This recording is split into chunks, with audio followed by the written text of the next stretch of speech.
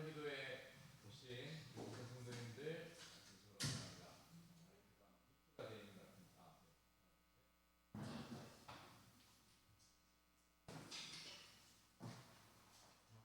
뮤트 좀 시켜주세요.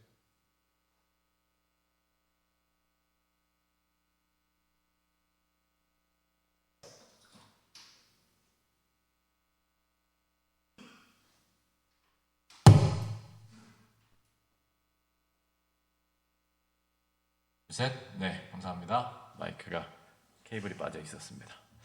네, 기도의 자리에 나오신 모든 성도님들 진심으로 환영합니다. 네, 오늘 우리 함께 요단강 프로젝트 이어나가도록 하겠습니다.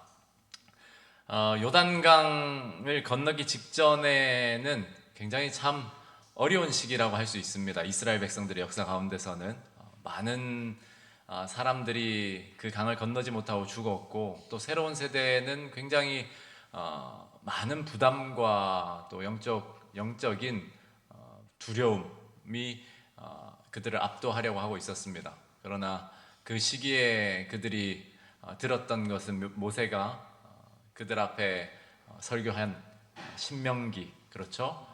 다시 한번 하나님의 말씀을 그들에게 상기시키고 그들이 지켜야 할 원칙들을 되뇌이게 하고 또 반복하게 하고 또 그들이 앞으로 땅을 건너서 어떻게 살아야 할지를 그 시기에 이제 다 일러 주었습니다. 그리고 여호수아와 함께 요단강을 건넜잖아요.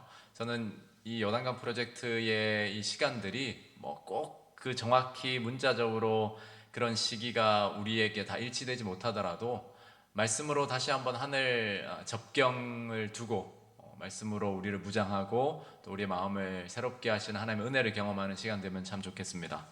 오늘도 함께 사랑과 소망을 담아서 옆 사람과 함께 인사하고 시작하겠습니다. 하늘까지 함께 갑시다. 네, 우리 요단강을 꼭 함께 건넙시다.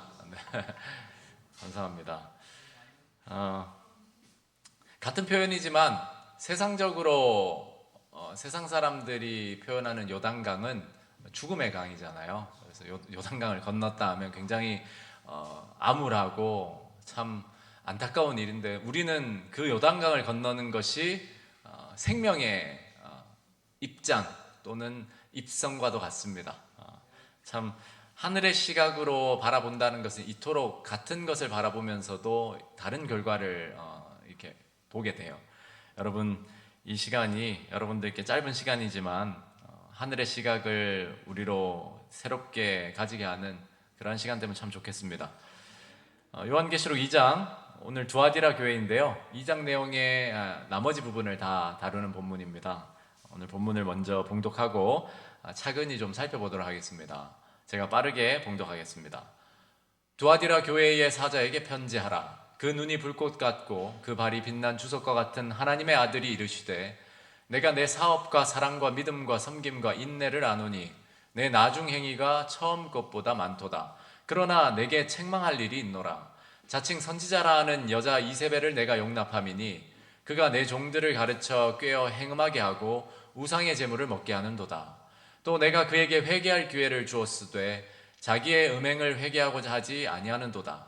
볼지어다 내가 그를 침상에 던질 터이요 또 그와 더불어 가늠하는 자들도 만일 그의 행위를 회개하지 아니하면 큰 환난 가운데 던지고 또 내가 사망으로 그의 자녀를 죽이리니 모든 교회가 나는 사람의 뜻과 마음을 살피는 자인 줄 알지라. 내가 너희 각 사람의 행위대로 갚아주리라. 두아디라에 남아있어 이 교훈을 받지 아니하고 소위 사탄의 깊은 것을 알지 못하는 너희에게 말하노니 다른 짐으로 너희에게 지울 것은 없노라. 다만 너희에게 있는 것을 내가 올 때까지 굳게 잡으라. 이기는 자와 끝까지 내 일을 지키는 그에게 만국을 다스리는 권세를 주리니 그가 철장을 가지고 그들을 다스려 질그릇 깨뜨리는 것과 같이 하리라. 나도 내 아버지께 받은 것이 그러하니라. 내가 또 그에게 새벽별을 주리라. 귀 있는 자는 성령이 교회들에게 하시는 말씀을 들을지어다. 아멘. 아멘. 두아디라는 지도상에서 바로 여기에 위치합니다. 소아시아 자체가 오늘날 터키이기 때문에 터키 지역에 바로 이 지역에 위치를 하고 있습니다. 두아디라라는 이름의 뜻은 수고의 향기. 시기적으로는 종교 암흑 시대를 역사적으로 가리키기 때문에 정말 하나님의 백성들이 진리를 지키고 고수하기 위해서 힘쓰던 그 시기를 잘 나타내고 있는 이름입니다. 두아디라는 요한계시록 2장에 나오는 7개 교회 중에서 이 사회적 지리적인 배경으로 보면 가장 보잘것없는 곳이었습니다. 다른 에베소나 버가모 이런 곳들이 워낙 유명하고 대도시에 아주 화려한 그런 도시들이었기 때문에 그에 반해서는 크게 내세울 것 없는 도시였어요. 그래서 이 두아디라 시민들은 그 환경, 지리적이고 사회적인 그 배경이 그러했기 때문에 대부분 가난한 노동자들과 상인들이었고, 그런 면에서 앞선 이 새 도시들 또는 새 도성의 사람들과는 문화적으로나 그런 상황적, 배경적으로 대조를 이룹니다. 그럼에도 이 도성에 유명한 산업이 있었는데 그것은 바로 이 의복 제조, 피혁, 가공, 또 제약 제품 이런 상업이 많이 발달해 있었습니다. 두아디라는 빨간색과 자주색 염색으로 이름난 도시예요. 오늘날처럼 이렇게 다양한 염색과 또 가공이 쉬운 시대가 아니었기 때문에 두아디라에는 그런 염색을 가공하는 그러한 일이 꽤 이름난 도시였습니다. 빌립보의 첫 그리스도인이자 그 그리스도교를 개종했던 바울의 선교의 첫 열매였던 루디아가 바로 자주장사 루디아가 이 두아디라 출신이었습니다. 그런데 이 두아디라의 삶도 그렇게 그리스도인들에게 녹록지 않았어요. 특히 두아디라에 말씀드린 대로 상업이 굉장히 발달이 되고 있었기 때문에 상대적으로 그 상업을 하는 데 있어서 조합들이 많이 있었습니다. 두아디라에서 여러 상업 조합들이 활동을 하고 있었는데 실제로 두아디라에서 사업을 하거나 직장을 가지거나 또는 돈을 벌려면 반드시 이 상업조합에 가입을 하고 조합원 활동을 했어야 했다고 합니다. 그런데 문제는 그 상업조합들이 각 수호신이나 이교의 우상들을 섬기는 제사와 축제를 이렇게 가지는데 그것을 조합원들에게 의무화하고 있었다라는 거예요. 그래서 반드시 조합원들은 그 축제, 각 조합이 섬기는 신을 위한 제사와 축제에 참여해서 그 제사 음식을 먹어야 했고, 또 많은 경우에 있어서는 그 축제의 마지막에 행해지는 부도덕한 행사에 참여해야 했습니다.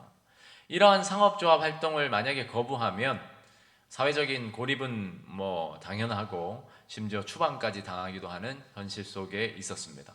이러한 배경 속에서 오늘 우리가 두아디라 교회에 보내는 기별을 함께 살펴보겠습니다. 두아디라 교회의 사자에게 편지하라. 동일한 말씀으로 서두를 시작합니다. 그 눈이 불꽃 같고 그 발이 빛난 주석 같은 하나님의 아들이 이르시되, 두아디라 교회를 향해 나타나신 예수님의 모습은 불꽃 같은 눈, 주석 같은 발을 가지신 분이에요. 여기에서 이제 주석은 오늘날 우리가 현대적으로 가지고 있는 그 주석과는 조금 다른 차이가 있는데, 쉽게 말해서 재련되고 이렇게 잘 다듬어진 밝고 빛나는 청동 또는 노시라고 이렇게 생각하시면 되겠습니다. 어쨌든 이러한 묘사로서 예수님은 자신을 하나님의 아들로 밝히고 있어요. 화면에 정리된 내용대로 불꽃 같은 눈은 인간의 가장 내면적인 부분도 꿰뚫어 보시는 그리스도의 예리한 능력, 전지하신 능력을 상징합니다. 그리고 빛난 주석과 같은 발은 교회 안에 있는 유혹적 영향력에 대해서 타협하지 않는 그리스도의 굳건하신 자세, 또 좀 더 구체적으로 이야기하자면 잘 재련되고 정제된 그러한 주석 같은 모습은 흔들리지 않는 그분의 심판과 공의 기준을 나타내고, 불로 연단된 그분의 거룩함, 그리고 또 그리스도의 거룩한 영광과 권위를 광채로서 가리키고 있다라고 이해하시면 되겠습니다. 이 계시록 2장 18절의 표현은 구약 성경에도 동일하게 언급이 돼요. 그것이 바로 다니엘서 10장에 다니엘이 이상 가운데 보았던 그 흰 세마포 옷을 입고 등장한 그리스도를 가리키는 하나님의 사자죠. 예수님의 모습이었습니다. 그래서 아마 뭐 사도들도 그랬고 초기 교회 성도들도 그랬고, 이 계시록의 말씀, 눈은 횃불 같고 그의 팔은 빛난 녹과 같고, 이 다니엘서의 말씀이 요한의 말씀과 일치되는 것, 즉 요한이 지금 표현하는 이 불꽃 같은 눈, 그리고 발이 빛나는 주석 같은 하나님의 아들이 예수님이라는 사실을 당연히 이해하고 알고 있었고 또 그렇게 해석했을 겁니다. 우리가 이제 2장 내용, 두아디라에 보낸 기별에서 살펴볼 내용에서 언급되는 내용인데, 고대 히브리인들은 신장, 그러니까 콩팥이라고 하죠. 신장이나 심장을 단순한 어떤 뭐 장기, 기관으로만 보지 않았습니다. 오늘날 현대인들, 그리스도인이 아닌 일반 사회에서 우리는 육체와 영혼을 자꾸 분리해서 생각하는 경향이 있어요. 왜 그런가 하면 헬라의 이원론적인 사상이 인본주의에 많이 들어와 있기 때문입니다. 그런데 히브리인들은 달랐어요. 히브리인들은 실제로 몸을 영혼이나 정신과 분리하지 않았습니다.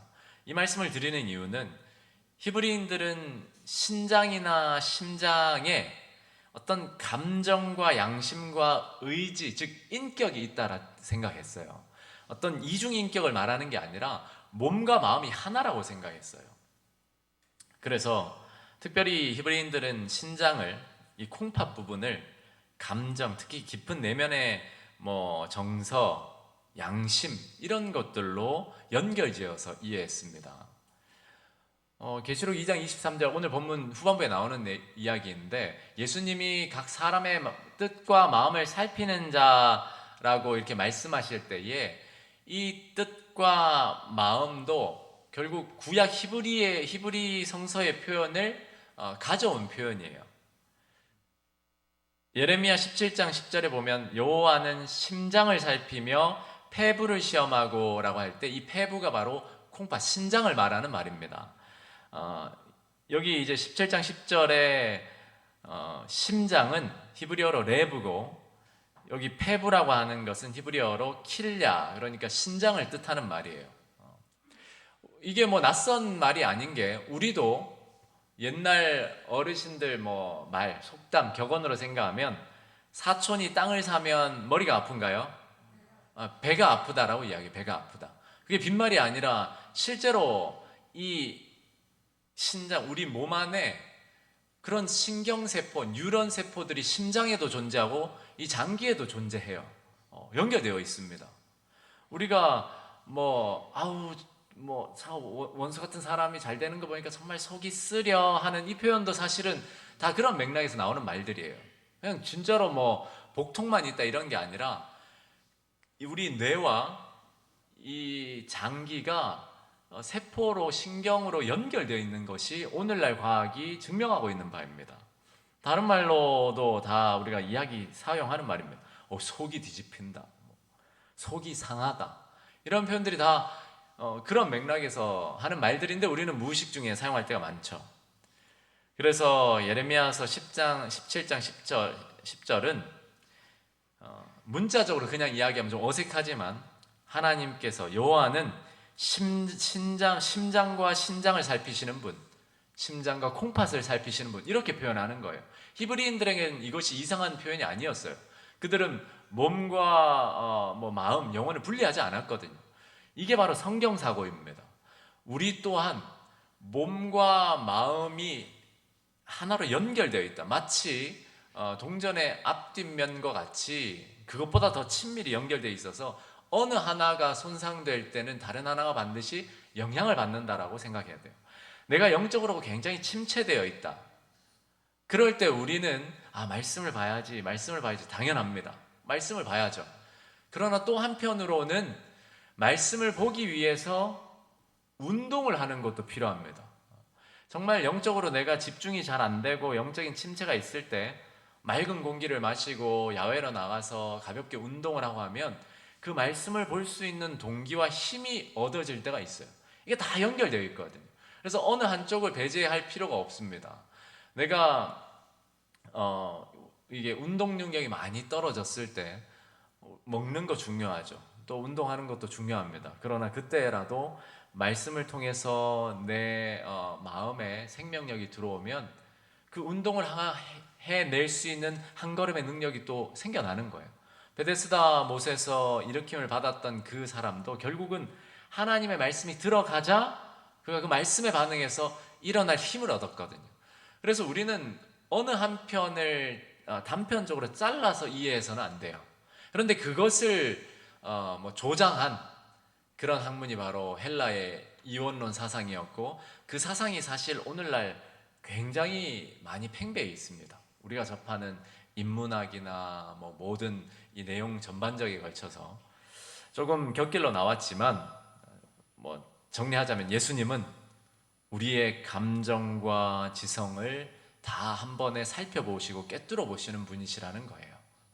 그 표현을 구약에서는 신장과 심장으로 표현했지만 신약에 와서는 이렇게 오늘 우리 본문에서는 사람의 마음과 뜻을 살피신다, 이렇게 이야기하고 있습니다. 그래서 같은 표현이에요. 이 색깔로 구분하는 것은 마음과 양심도 심장과 신장입니다. 시편의 저자도 하나님께서 사람의 마음과 양심을 감찰하십니다. 두아디라 교회를 향해 나타나신 예수님이 그 눈이 불꽃 같고라고 했을 때 사람의 마음을 다 꿰뚫어 보실 수 있다. 그러니까 예수님 앞에서는 핑계나 변명이나 그럴싸한 말이 통하지 않는다라는 거예요. 그래서 그분 앞에서는 우리가 진솔하고 정직해야 한다라는 것이죠. 또한 그 발이 빛난 주석과 같다라는 이 말씀은 앞서 이야기 드린 대로 그 당시의 배경으로 이 표현을 이해해 보면 아주 밝게 빛나는 청동, 놋. 그래서 그런 것들은 예수님의 공의로우심과 또 고난의 불로 연단되신 그분의 거룩함과 그분의 영광과 권위를 잘 나타내고 있다. 그러면서 하나님의 아들이라는 신적 권위를 직접적으로 표현하고 있어요. 이것은 요한복음에 나오는 요한복음 전체의 주제라고도 할 수 있는데요. 왜 두아디라 교회를 향해서 이렇게 표현하셨을까? 하나님의 아들로. 두아디라 교회는 다른 대도시들처럼 이 교회의 축제들이 어마어마하게 크고 번성하지는 않았더라도 이 도시에는 앞서 언급한 그 조합 축제들이 많이 열렸잖아요. 길드 중심이라고 하죠. 그런 상업조합들이 많이 있었습니다. 그런데 그 조합의 수호신으로서 여러 수호신을 섬기고 있었는데 그 대표적인 수호신이 누구였냐면 제우스의 아들인 아폴로였습니다. 아폴로. 그래서 아폴로는 태양의 신으로 황제 숭배와도 연결되어서 로마 제국에서는 신의 아들이라고 불려졌어요. 이러한 문화 종교적 배경 속에서 예수님은 누가 진정한 신의 아들인지를 나타내고 계신 거예요. 그분 자신을 하나님의 아들이라 밝히고 계시고 또 영적 권위를 그분께서 나타내십니다. 이후에 나올 이세벨이 자신의 어떤 신적 권위, 여선지자로서 자신을 주장하면서 하나님의 말씀이라고 자꾸 그 영적 권위를 주장했을 때 예수님께서는 그분 스스로가 진정한 권위를 가지신 하나님의 아들이심을 밝힌 거예요. 그래서 각 교회마다 그분 예수님이 자신을 드러내시는 내용들은 그 교회의 형편과 관계가 있다는 것을 여러분들이 이미 배워서 알고 계십니다. 그러면 본문 내용들을 하나씩 좀 살펴볼까요? 예수님께서 칭찬을 하세요. 두아디라에 내가 내 사업과 사랑과 믿음과 섬김과 인내를 아노니 내 나중 행위가 처음 것보다 많도다. 여러분, 저는 이 예수님의 칭찬, 두아디라 교회를 향한 칭찬의 말씀이 꼭 우리 새천사 교회를 향한 말씀 같아요. 여기에서 교회 사업, 또 사랑, 믿음, 섬김, 인내, 이 모든 것들이 얼마나 참 바람직한 모습입니까? 그런데 그것이 처음보다 더 많대요. 우리 새천사 교회가 이전과 비교해서 얼마나 성장해 왔는지 우리 잘 알고 있잖아요. 그리고 교회 사업이 얼마나 크게 성장하고 발전하고 또 우리가 소그룹을 통해서 얼마나 사랑으로 연결되고 믿음으로 하나 되고 또 그 사랑의 열매라 할 수 있는, 결과라 할 수 있는 봉사, 섬김, 또 믿음의 열매를 할 수 있는 인내, 이런 것들이 우리 새천사교회를 저는 보여주고 있다라고 생각하거든요. 그래서 두아디라 교회에 보내는 기별을 묵상하면서 참 우리 새천사교회에 적용할 것이 많겠다고 생각했습니다. 그럼에도 여러분들이 아셔야 할 것이 7교회에 보내는 기별은 에베소는 에베소, 두아디라는 두아디라에만 해당되는 기별이 아니었어요. 그것은 상징적인 교회 수로서 모든 교회가 그 7교회에 보낸 기별, 그리고 요한계시록 전체를 회람해서 읽었고 해석했고 자신들에게 적용했습니다. 그리고 이것은 시대적으로 역사적으로 각 그리스도 교회의 그 역사를 상징적으로 예언한다라고도 우리는 알고 있어요. 그러니까 이중적인 예언이죠. 요약하면 우리는 에베소의 교회에서도 우리 모습을 볼 수 있어야 하고, 또 그 교회에 보내는 책망으로 우리 자신을 성찰할 수 있어야 합니다. 그리고 두아디라 교회에서도 여전히 새천사 교회, 그래서 7교회를 읽을 때에는 그 각 교회의 이름을 다 새천사 교회로 붙여도 돼요. 새천사 교회의 성도들에게 편지하라. 그래서 내가 내 사업과 사랑과 믿음과 섬김과 인내를 안다, 내 나중 행위가 처음 것보다 많다, 여기까지는 정말 우리가 감사함으로 그것이 다 하나님의 은혜요, 하나님의 역사라는 사실을 인정할 필요가 있습니다. 그렇다면 두아디라 교회가 오늘날 새천사라면 이 새천사를 향해서 예수님이 경고하시고 책망하시는 기별이 뭘까? 두아디라 교회는 분명히 활동적인 교회였습니다. 그리고 점점 성장하는 교회였어요. 그러나 활동적이고 성장하는 교회라고 해서 그 자체가 항상 믿음이 있는 교회라는 증거는 될 수 없습니다. 저 교회가 정말 활동이 정말 많은 활동을 하고 많은 사업을 하고 또 성장해 나가고 있어. 그러나 그것이 믿음이 있는 교회라는 것을 보증하진 않는다는 거예요. 그렇게 해서 믿음이 없다라는 것이 아니라 보증이 될 수는 없다. 제가 알기로는 지난해도 우리 새천사교회, 올해 초죠, 지난해 활동했던 그 모든 사역들에 대한 상을 받은 걸로 알아요. 모범 성장교회, 그것은 받지 않는 것보다 받는 것이 훨씬 좋은 일이고 또 고무적인 일이고 박수 받을 만한 일입니다. 그러나 그 상장이 우리가 잘 가고 있다, 바른 길로 가고 있다라는 것을 보증해주는 보증서는 아니라는 거예요. 우리가 이 상장을 가졌으니까 우리가 똑바로 가고 있어, 그건 아니라는 거예요. 늘 우리는 비록 우리가 활동하고 성장하고 있지만 바르게 가고 있는지를 말씀에 비추어서 늘 확인해야 된다는 거예요. 두아디라 교회도 바로 그 부분을 예수님이 짚고 계신 겁니다. 너희가 잘하고 있어, 열심히 활동하고 있고 누구보다 사랑과 믿음으로 봉사하고 인내하고 있어, 그리고 이전보다 지금이 또 앞으로가 훨씬 더 잘 성장해 나가고 있어. 그러나 잘 생각해야 돼. 그 자체가 진리의 길을 걷고 있다고 생각해서는 안 된다는 거예요. 그러면서 언급하시는 것이 뭐죠? 두아디라 교회의 위협을 이제 이야기합니다. 내게 책망할 일이 있는데 자칭 선지자라는 여자 이세벨을 내가 용납함이니. 이세벨이 누구죠? 아합의 아내, 이방 여인, 북방 이스라엘을 가장 깊은 타락으로 이끌었던 결정적인 역할을 했던 인물이었어요. 여호와 하나님을 섬기는 그 모든 예배를 바알을 섬기는 우상숭배로 바꿔버린 사람이었어요.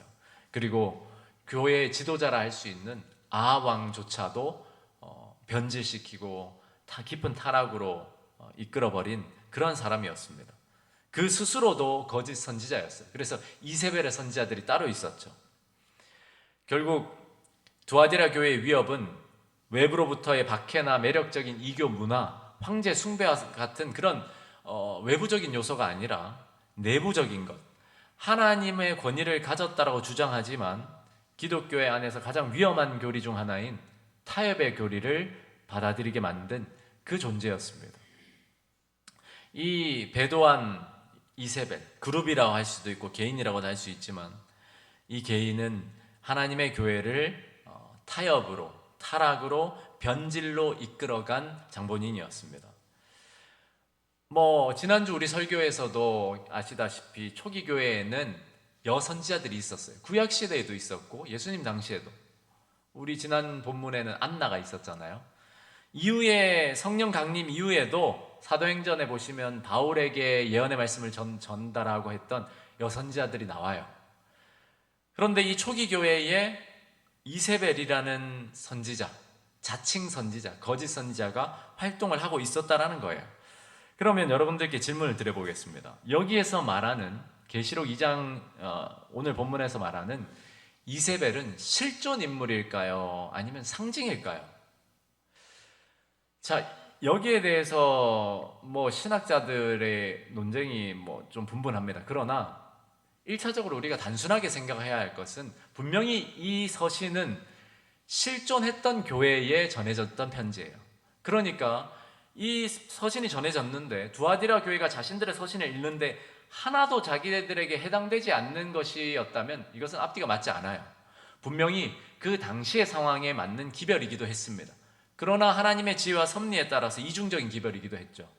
그렇게 보면 이름이 이세벨이 아니라 교회를 점점 타협하게 하고 변질시켰던 그러한 영향력을 펼치는 자들이 있었다라는 거예요. 그리고 그러한 사람들의 가르침을 반대하고 배격하기보다는 두아디라는 그것을 수용하기 시작했다라는 거예요. 여기 나오죠. 내가 용납했다. 그가 내 종들을 꾀어 행음하게 하고 우상의 제물을 먹게 했다. 이것은 세상의 문화와 세상의 가르침과 세상의 어떤 분위기들을 교회 안으로 들어오게 했다라는 그것을 분명히 가리키고 있어요. 교회의 진리의 표준이 아닌 세상의 표준을 따르도록 공개적으로 가르치고 조장하는 그러한 사람들이 있었다. 두아디라의 그 사회적 배경으로 생각해 보면 앞서 설명드린 당시에는 가장 큰 어려움이 조합에 가입해서 조합 활동을 해야 되는 것이고 그 조합 활동이라는 것이 진리를 다 버려야 하는 그러한 상황이었다 보면 이 이세벨, 여자 이세벨로 상징되는 그 교회 안에 어떤 영향력을 끼치는 사람들은 두아디라 교회 교인들을 타협하게 만드는 사람들이었어요. 그거 아무것도 아니다. 바울의 가르침이 있지 않냐? 우상에게 드리는 제물 먹는 거 아무것도 아니야. 그냥 먹을 수도 있지. 전도를 위해서 우리가 먹자. 그것을 단순히 그렇게 이야기했던 것이 아니라 자칭 선지자, 즉 이게 하나님의 말씀이야라고 가르치는 사람들이 있었다라는 거예요. 그러니까 이를테면 목회자일 수도 있겠죠. 목회자가 성경을 해석하면서 하나님의 말씀은 그렇게 해석하는 게 아니라 이렇게 해볼 수 있으니 그거 해도 괜찮습니다.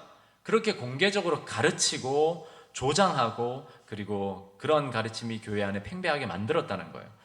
그것을 받아들였던 결과죠. 에베소 교회가 열정적인 사랑이 결핍된 채 오로지 하나님의 순종에만 초점을 맞춰서 마치 율법주의가 교리적으로 건져치 못한 자들을 엄격하게 검열하고 배척하려 했던 위험에 빠진 반면에 두아디라 교회는 다른 극단으로 흘러갑니다. 사랑과 복음을 강조하고 그 강조함에 있어서 건전한 교리들을 점점 타협하기 시작한 거예요. 그리고 왜곡해서 거짓 가르침을 가르치고 그것을 받아들이게 만들었던 거예요. 쉽게 말해 두아디라는 복음의 순수한 가르침과 그 교회 연합에 많이 무너져 있었다는 겁니다. 아시는 대로 요즘은 잘 사용하지 않죠. LED 전구를 쓰니까. 그런데 뭐 한 20년 전, 30년 전만 해도 대부분 이 필라멘트 전구를 썼습니다. 이 전구는 이 안에 필라멘트라는 선이 있는데 여기에 이제 전기가 흐르면서 열을 내면서 밝은 빛을 내잖아요. 겉모양은 늘 그대로인데 깨끗하고 단단하고 깨지지 않아도 필라멘트가 끊어지면 빛을 낼 수가 없어요. 근데 저도 어린 시절에 이 전구에 불이 들어오지 않으면 도대체 문제가 뭔지를 알 수가 없던 거예요. 겉은 깨끗하고 괜찮은데. 근데 이후에 이제 아버지가 이게 필라멘트가 끊어져서 그래. 한번 흔들어 봐. 그럼 소리가 들리면 끊어졌구나. 저는 이 필라멘트 전구를 보면서 교회의 모습을 좀 생각해 봐요. 겉으로 보기에는 정말 깨끗하고 그 모양이 잘 유지되어 있지만 빛을 내지 못하는 이러한 상태. 두아디라 교회의 상태였습니다. 타협하고 세상의 가르침이 들어오면서 그 원칙들, 진리들이 끊어진 상태로 여전히 존재하고 있었던 모습들.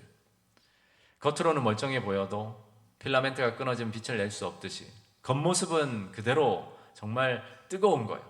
열심히 활동하고 아주 외형적인 표준은 성장하고 있지만 진리와 거룩함이 무너져 있을 수도 있다는 겁니다. 뭐 여러 가지 어려움이 있지만 교회 사역을 하다 보면 타협의 유혹을 받을 때가 굉장히 많아요. 그런데 그 타협의 유혹을 받을 때 그것을 좀 자기 합리화하는 표현들이 뭐냐면 사랑이라는 표현입니다. 사랑이라는 표현. 사랑으로 우리가 해야지. 사랑이면 다 된다. 사랑이기 때문에 그렇게 할 수 있다. 물론 당연합니다. 사랑의 동기로서 행하는 모든 것이 사실은 온전 하나님이 기뻐하시면 열매가 되죠. 그런데 문제는 그 사랑이 지극히 인간적인 우리의 개념의 사랑일 수 있다는 거예요. 성경적 기준을 유지하는 것은 배타적이거나 고리타분하게 여겨지는 시대가 오늘날 우리 시대입니다. 구약 시대에 이스라엘 백성들을 출애굽으로 인도했던 지도자 모세가 있었고 그 모세 곁에 늘 아론이 조력을 했습니다. 그런데 이스라엘 백성들은 모세를 좋아했을까요? 아론을 좋아했을까요? 아론을 훨씬 좋아했습니다. 그것이 부조화 선자에 나와요. 왜 아론을 좋아했을까요? 아론은 우유부단한 사람이었습니다. 모세는 원칙을 지키는 사람이었고. 여러분, 오늘날에도 모세와 같은 목회자가 있고 아론과 같은 목회자가 있어요. 분명히 모세는 권위가 있습니다. 아론도 권위가 있었어요. 대제사장이었잖아요. 그런데 모세는 타협하지 않았어요. 그래서 사실 모세를 싫어했습니다. 어떤 경우에 모세를 대적해서 반기를 드는 사람도 있었어요. 그러나 아론에게는 달랐어요. 아론은 우유부단함이 있어서 모세가 40일 동안 시내산에 올라갔을 때 백성들이 아론에게 와서 우리를 가나안 땅으로 인도할 신을 만들어내라 했을 때 우상을 만들어 줬잖아요. 그렇죠? 인기 있는 목사, 사람들이 좋아하는 목사, 물론 영성으로 탁월한 말씀으로 인기가 있을 수도 있고 뭐 호감도가 있을 수 있죠. 그런데 사람들의 귀를 즐겁게 하고 사람들의 마음을 만족시키는 그러한 목사가 된다면 얼마나 끔찍한 일입니까? 저도 그래서 제 자신을 좀 돌아봐요. 두아디라 교회. 사실 이 교회의 가장 큰 문제는 목회자가 아니었을까 싶어요. 그 목회자가 원칙을 타협하지 하지 않았을까? 이세벨이라는 말로 표현되지만 이 이세벨은 그 당시에 여자 성도만을 가리킨 게 절대 아니라 교회 지도자들이었을 거예요. 그래서 사실 교회의 지도자로서는 모든 사람이 좋아한다고 했을 때는 그것은 위험한 표지입니다. 분명히 교회 지도자는 항상 욕을 먹어서는 안 되겠지만 분명히 욕을 먹는 부분도 있어야 해요. 사람들이 싫어하는 부분도 있어야 합니다. 왜냐하면 외로운 씨름하고 싸움을 싸워갈 사명이 그에게도 있기 때문이에요. 이 진리를 지키고 원칙을 고수할 그런 면에서 저는 아론과 같은 목회자가 아닐까. 누구 하나 저를 미워하거나 목사님 이거 마음에 안 든다고 아직은 안 하시는 것 같으니까. 그럼에도 여러분들이 저를 위해 기도해 주셔야 할 것은, 그리고 또 저를 많이 또 이해해 주셔야 될 것은, 교회 지도자들, 저뿐만 아니라 교회 장로와 또 집사들, 이런 직분을 맡은 자들은 외로운 씨름을 해야 할 때가 있습니다. 원칙을 지켜야 되고, 또 교회의 미래를 위해서 굳게 결정하고 그것을 지키기 위해서 때로는 정말 많은 공격과 또 오해와 욕을 먹으면서도 이 길이 하나님께서 정말 원하시는 길이라는 걸 확신할 때 끌고 나가는 그런 믿음이 있어야 되거든요. 그런 믿음을 가질 수 있도록 우리가 서로를 위해 기도해 주면 참 좋겠습니다. 결국 두아디라는 타협을 했어요. 그리고 그 모든 거짓 가르침들을 받아들이기 시작했습니다. 독이 이 한 병의 물에 한 방울만 떨어져도 치명적으로 사람을 죽이는 치명적인 동물이 되듯이 두아디라에는 그러한 해가 들어오기 시작했습니다. 오늘날 현대 교회 안에도 현대판 이세벨이 분명히 있죠. 죄의 문제를 죄라 부르지 않는 그러한 타협, 또는 성경의 진리를 시대에 맞게 재해석해야 된다. 어떻게 요즘같이 과학이 발달하고 똑똑한 사람들에게 7일 창조가 문자라고 가르칠 수 있냐? 그러니까 말도 안 된다. 하루는 1000년 또는 수천 년, 수억 년을 가리키는 상징이다. 그렇게 충분히 이해할 수 있다. 뭐 이런 내용들. 그럼에도 여러분, 우리가 주아디라 교회에 보내는 기별을 함께 묵상하면서 생각해야 할 것은, 우리가 진리를 지키고 원칙을 고수하는 일을 결코 타협해서는 안 됩니다. 지난 화요 기도에도 말씀드렸듯이 예수님, 하나님께서 우리에게 마치 야곱이 요셉에게 주었던 채색옷, 그 옷을 우리에게 입혀주셨단 말이에요.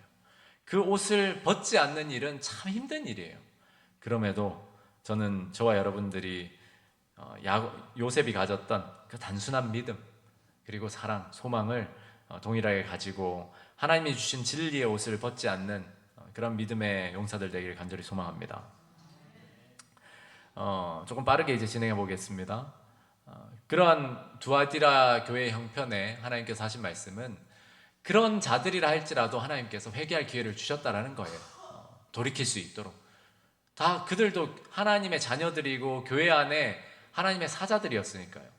그런데도 불구하고 회개하고자 하지 않았다라는 거.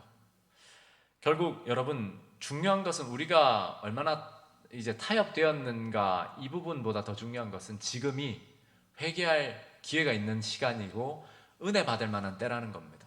그래서 우리가 생각해야 할 것은 무너진 곳을 보수하는 일들이에요. 우리가 영적으로 또 우리의 삶에서 타협한 부분이 뭘까?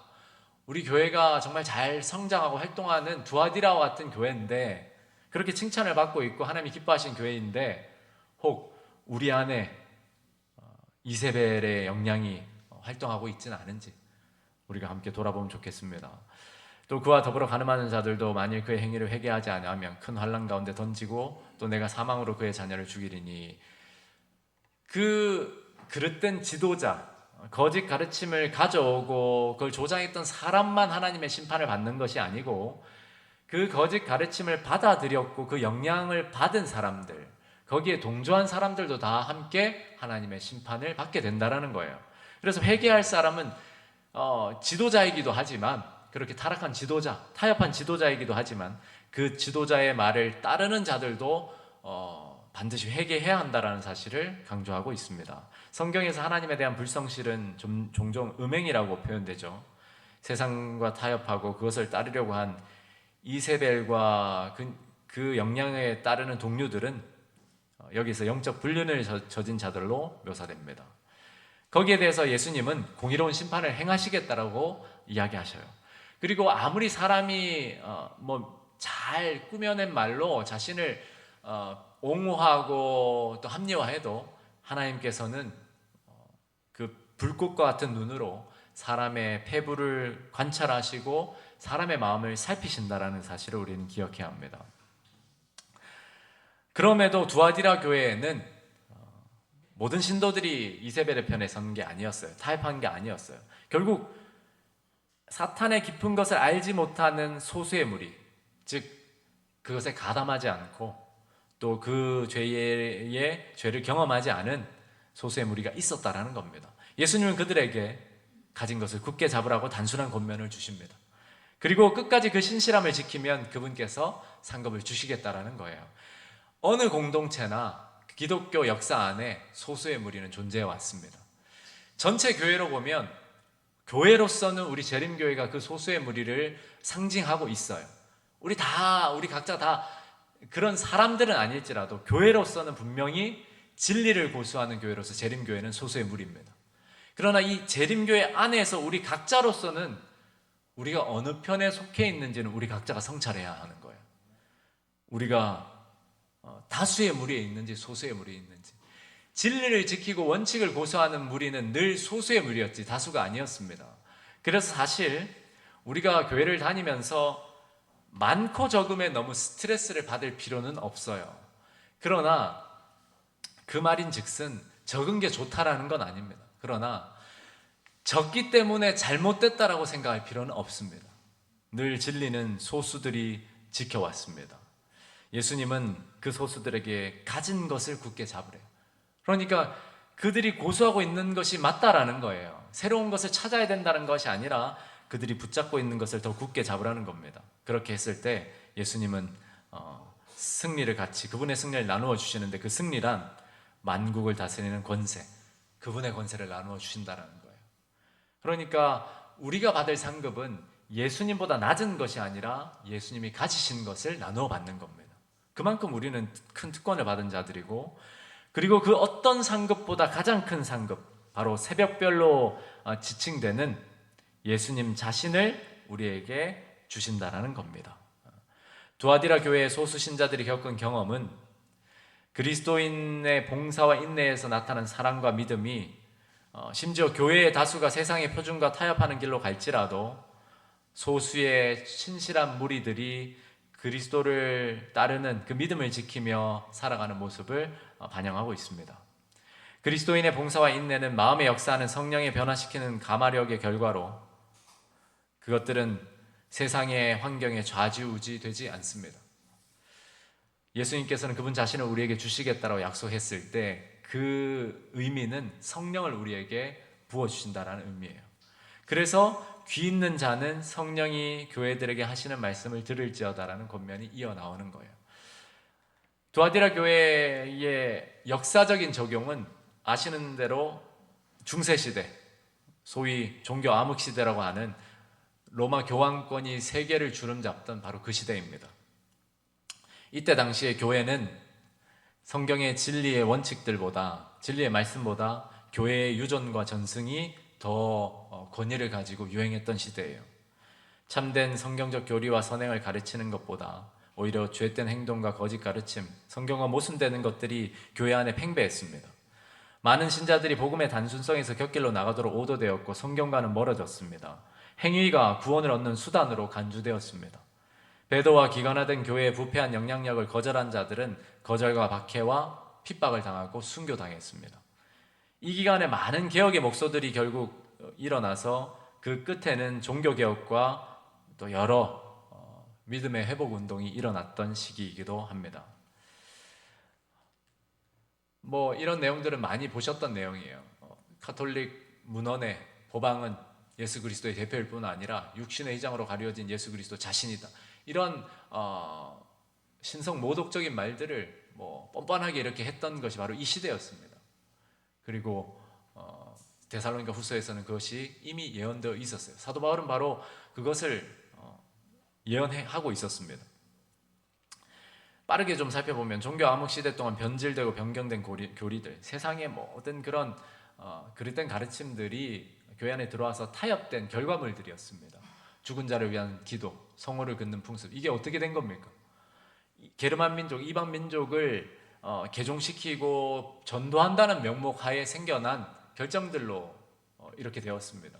그들이 우상을 숭배했기 때문에 이 사람들을 이해시키려면 성상이 필요하다. 그래서 십계명에 나와 있는 아무 우상도 만들지 말라 했던 그것을 저버리고 전도라는 목적하에 또는 사랑이라는 동기하에 성상을 만들어 버렸던 거예요. 그 이후에 성인들의 어떤 성상들, 마리아 숭배, 지금도 천주교회는 다 그런 우상들이 세워져 있잖아요. 안식일을 토요일에서 일요일로 변경하고 확장하는 것도 처음에는 안식일과 일요일이 병행되고 있었습니다. 그러면서 점점 일요일의 그 권위를 싣고 교회의 어떤 권위로서 일요일을 거룩한 날로 정해버린 거예요. 성인과 천사를 숭배하는 풍습도 처음에는 그렇게 바로 직접적으로 하지 않았습니다. 뭔가 마리아를 강조하기 시작하면서 점점 가다 보니까 이 성인들을 통해서 기도할 때 더 하나님이 잘 응답하시고, 제일 좋은 거는 예수님의 어머니 마리아를 통해 기도하면 더 잘 들으신다. 이런 게 생겨난 거예요. 미사 제도가 시작됐고 성찬식도 이렇게 왜곡되어 버렸고, 마리아 숭배, 사제들이 보통 사람과 구별되는 복장을 착용했습니다.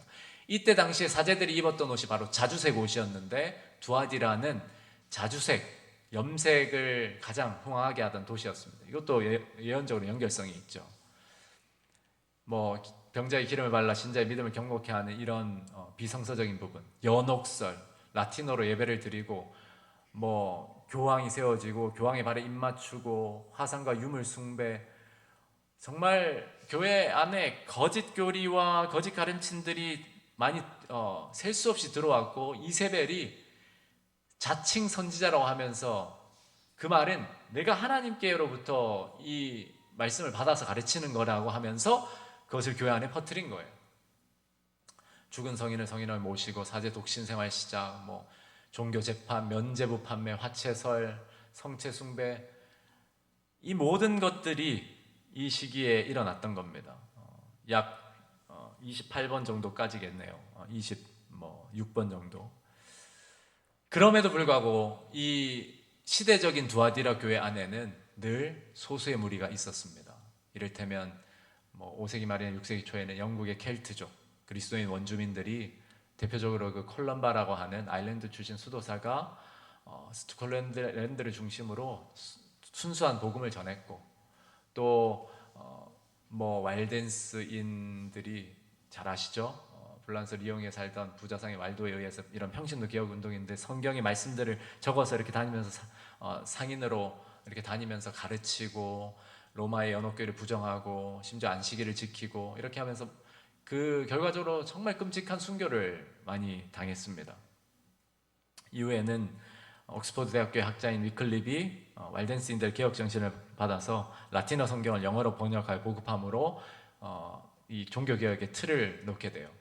후스와 제롬도 그들이 로마 교황권의 그런 거짓 가르침들에 대항해서 진리에 서서 순교를 당합니다. 뭐 보헤미아 형제단, 이 모든 어떤 진리를 지키려 했던 소수의 무리들, 그런 면에서 오늘날 우리 재림교회도 이 진리를 지키고자 이렇게 서 있습니다. 외롭게. 그래서 여러분들이 제7회 안식일 재림교회의 성도들로서 자부심을 좀 가질 필요가 있습니다. 그리고 우리가 소수이고 연약하지만 하나님께서 우리를 이 시대에 두아디라 교회의 소수의 무리들로 보신다는 사실로 용기를 얻어야 합니다. 우리는 해야 할 것이 다른 게 아닙니다. 새로운 걸 개발하는 게 아니라 가진 것을 굳게 잡는 것, 놓치지 않는 겁니다.